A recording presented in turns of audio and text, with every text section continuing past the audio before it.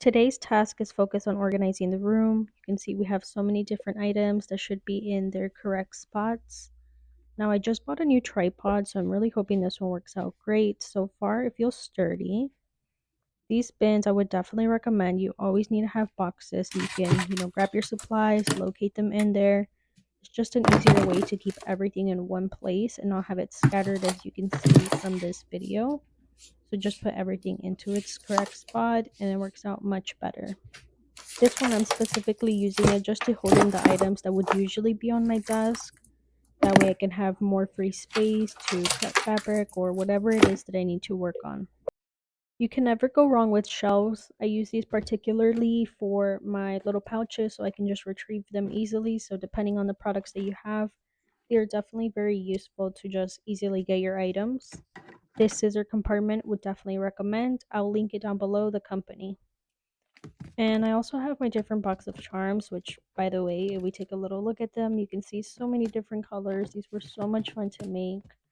I don't necessarily have a space where I keep these boxes, but at least I have a way to gather everything together.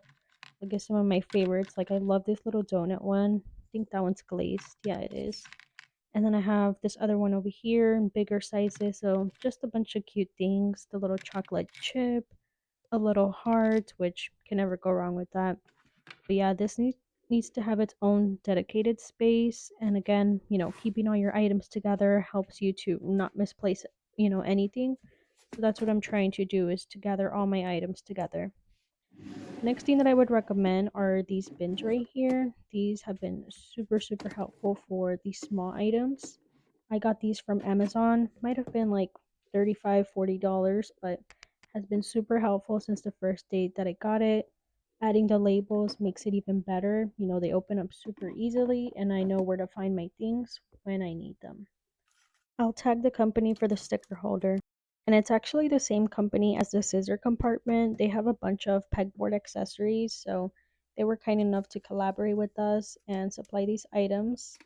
The way that I had my stickers before was in this drawer, and I'm just showing you to, compare it.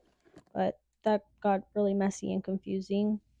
Here I'm showing you the tote bags that I just made. These took a lot of hours, a lot of effort, but I'm super glad I was able to make them come out to life. And, it helps to be able to hang them up right here, having a way where I can just access them, look at what I have in stock, and look at how this space is looking. Definitely have a lot more room around my sewing machine. And I also recommend box bins for any products that you can just stand up and grab and go or grab and package. These are, I think, from the Dollar Tree, so really affordable.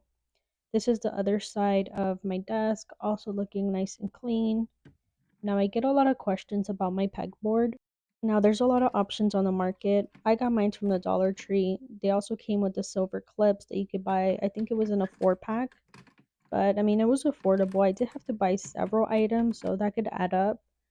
But compared to other sources like on Amazon, it was coming out to be the more economical option. And I mean, it works out great. You do have to buy several squares to complete like a big pegboard panel, but it does have the clips, so that helps. And in case you're wondering, the little clips are easy to insert and to remove. Now, these work out best for products that do have a clip down, like something you can press down.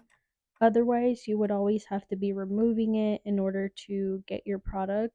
I have an example of this key ring right here. This one, I can't clip it.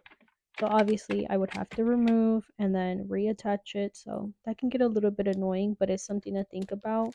I have this other product, which I almost dropped. But it's just to show, anything with the key ring probably wouldn't be the best option.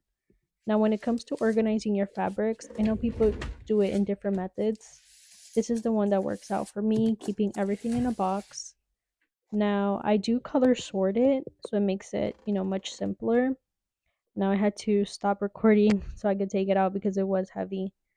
But here I'm just showing, everything is organized by color. Makes it easy for me to be able to see everything. Like if I need a restock. Of course, there's different methods out there, but considering the space that you have, that'll help out.